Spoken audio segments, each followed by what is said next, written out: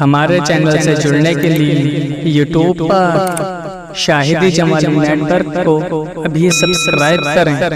اما بعد فاعوذ باللہ من الشیطان الرجیم بسم اللہ الرحمن الرحیم قد جاءکم من اللہ نور و کتاب مبین صدق اللہ المولانا العلی العظیم۔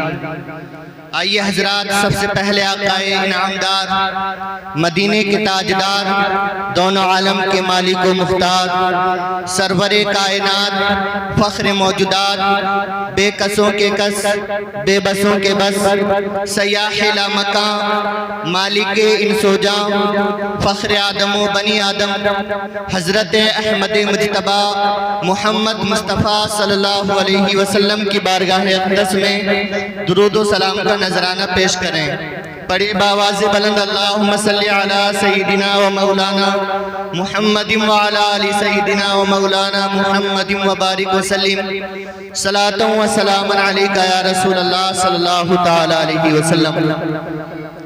اللہ تبارک و تعالیٰ کی حمد و ثنا، تعریف و توصیف کے بعد معزز و محترم و محتشم سامعین، السلام علیکم ورحمۃ اللہ تعالی وبرکاتہ۔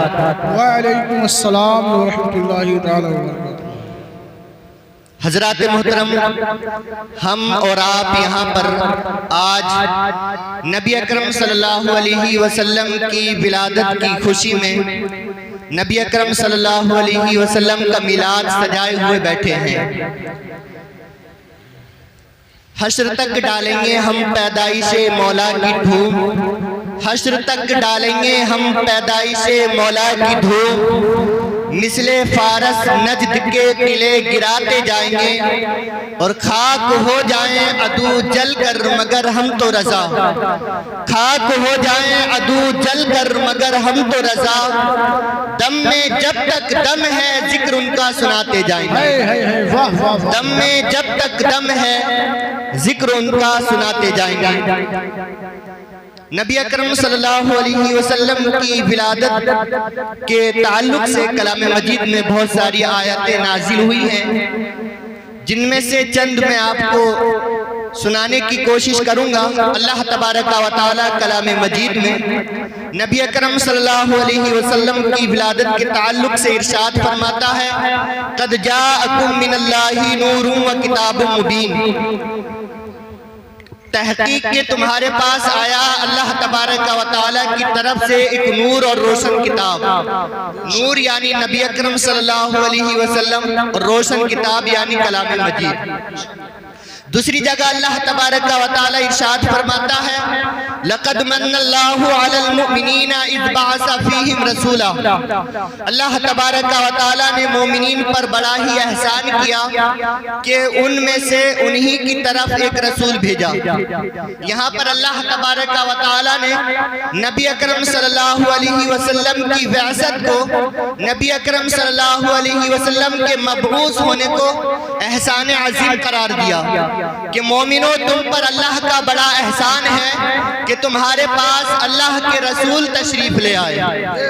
ایک جگہ ارشاد فرماتا ہے، وَمَا أَرْسَلْنَاكَ إِلَّا رَحْمَةً لِّلْعَالَمِينَ، کہ اے محبوب ہم نے آپ کو سارے جہاں کے لیے رحمت بنا کر بھیجا۔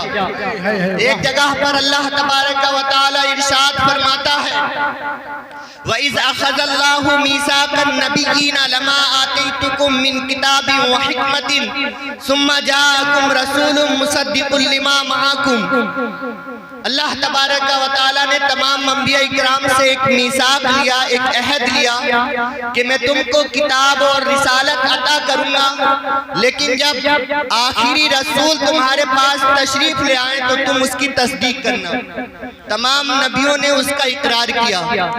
ایک جگہ پر اللہ تبارک و تعالیٰ ارشاد فرماتا ہے، وَمُبَشِّرًا بِرَسُولٍ، ایک جگہ پر اللہ تبارک و تعالیٰ ارشاد فرماتا ہے، لَا أُقْسِمُ بِهَذَا الْبَلَدِ وَأَنْتَ حِلٌّ بِهَذَا الْوَلَدِ وَوَالِدٍ وَمَا وَلَدٍ، کہ مجھے قسم ہے اس شہر کی، وَأَنْتَ حِلٌّ بِهَذَا الْبَلَدِ، اس لیے کہ آپ اس شہر میں رہتے ہیں، ووالد وما ولد، اور والد کی اور اس دن کی کہ جس دن آپ پیدا ہوئے۔ تو یہاں پر اللہ تبارک و تعالیٰ نے نبی اکرم صلی اللہ علیہ وسلم کی ولادت کی قسم کھائی، اور حضرت عیسیٰ علیہ السلام نبی اکرم صلی اللہ علیہ وسلم کی ولادت کی خوشخبری دیتے ہوئے اپنی قوم سے ارشاد فرماتے ہیں وَمُبَشِّرًا بِرَسُولٍ يَأْتِي مِن بَعْدِ اسْمُهُ احمد، کہ لوگوں میں تمہیں ایک ایسے رسول کی خوشخبری سنانے آیا ہوں جو میرے بعد آئے گا اور اس کا نام احمد ہوگا۔ تو جب اللہ کے رسول نبی اکرم صلی اللہ علیہ وسلم کے آنے کی خوشخبری حضرت عیسیٰ علیہ السلام سنائیں، تو جب وہ آقا تشریف لے آئے تو کیا ہمیں ان کی آمد پر خوشی نہیں منانا چاہیے؟ اللہ تبارک و تعالیٰ کلام مجید میں ارشاد فرماتا ہے قُلْ بِفَضْلِ اللَّهِ وَبِرَحْمَتِهِ فَبِذَلِكَ فَلْيَفْرَحُوا هُوَ خَيْرٌ مِّمَّا يَجْمَعُونَ، کہ مومنین کو چاہیے کہ وہ اللہ تبارک و تعالیٰ کے فضل اور اس کی رحمت پر خوشی منائیں۔ مومنین کو چاہیے کہ وہ اللہ تبارک و تعالیٰ کے فضل اور اس کی رحمت پر خوشی منائیں۔ ہوا خیر مما یجمعون، اللہ کی رحمت پر خوشی منانا جمع کرنے سے بہتر ہے، اس مال سے بہتر ہے جو جمع کیا گیا ہو۔ تو حضرات محترم، میں آپ سے پوچھتا ہوں کہ کیا نبی اکرم صلی اللہ علیہ وسلم سے بھی بڑی کوئی رحمت ہمارے لیے ہے؟ یقیناً کوئی نہیں ہے، اس لیے کہ اللہ تبارک و تعالیٰ فرماتا ہے وَمَا أَرْسَلْنَاكَ إِلَّا رَحْمَةً لِلْعَالَمِينَ، ہم نے سارے جہاں کے لیے رحمت بنا کر نبی کو بھیجا ہے۔ نبی سارے جہاں کے لیے رحمت ہے، نہ صرف مسلمانوں کے لیے رحمت ہے بلکہ تمام انسانوں کے لیے رحمت ہے، نہ صرف زمین والوں کے لیے رحمت ہے بلکہ آسمان والوں کے لیے بھی رحمت ہے، نہ صرف عرش والوں فرش والوں کے لیے رحمت ہے بلکہ عرش والوں کے لیے بھی رحمت ہے، چرندوں درندوں پرندوں جانوروں کے لیے بھی رحمت ہے۔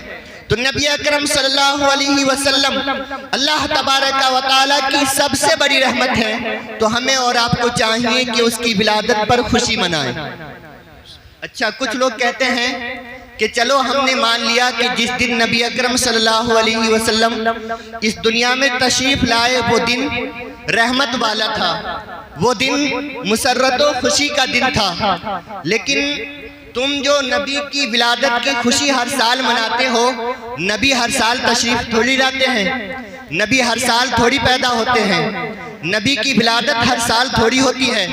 تو میں کہوں گا کہ کلام مجید کے دامن میں موجود ہے اِنَّا أَنزَلْنَاهُ فِي لَيْلَةِ الْقَدْرِ وَمَا أَدْرَاكَ مَا لَيْلَةُ الْقَدْرِ لَيْلَةُ الْقَدْرِ خَيْرٌ مِّنَ أَلْفِ شَهْرٍ۔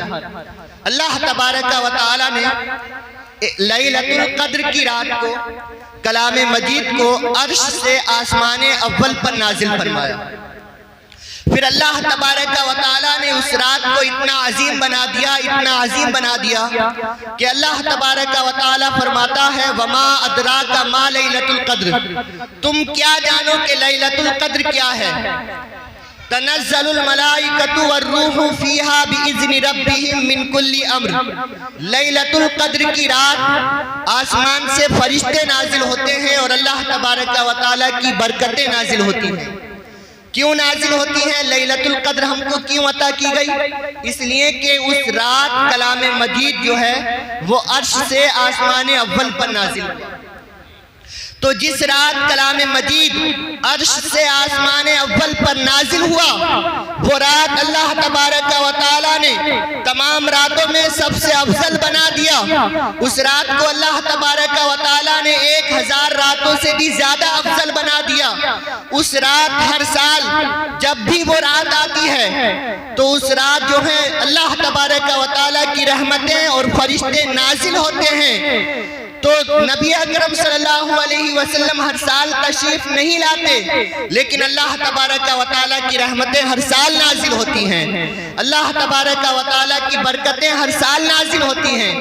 جس طریقے سے کلام مجید ہر سال نازل نہیں ہوتا، لیکن جس رات کلام مجید نازل ہوا وہ رات قیامت تک کے لیے برکت والی رات ہے۔ اسی لیے ایسے ہی نبی اکرم صلی اللہ علیہ وسلم ہر سال تشریف نہیں لاتے، لیکن جس دن نبی اکرم صلی اللہ علیہ وسلم تشریف لائے وہ دن جب بھی سال میں آئے گا وہ دن رحمت و برکت والا دن ہوگا۔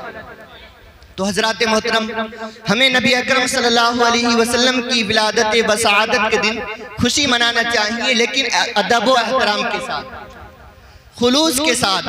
نبی اکرم صلی اللہ علیہ وسلم بھی اپنے پیدا ہونے کی خوشی مناتے تھے۔ کیسے مناتے تھے؟ نبی اکرم صلی اللہ علیہ وسلم ہر پیر کے دن روزہ رکھتے تھے۔ کسی نے پوچھا کہ یا رسول اللہ آپ پیر کے دن روزہ کیوں رکھتے ہیں؟ تو نبی اکرم صلی اللہ علیہ وسلم نے ارشاد فرمایا کہ میں پیر کے دن روزہ اس لیے رکھتا ہوں، اس لیے کہ میں پیر کے دن پیدا ہوا اور اسی دن مجھ پر وحی نازل کی گئی۔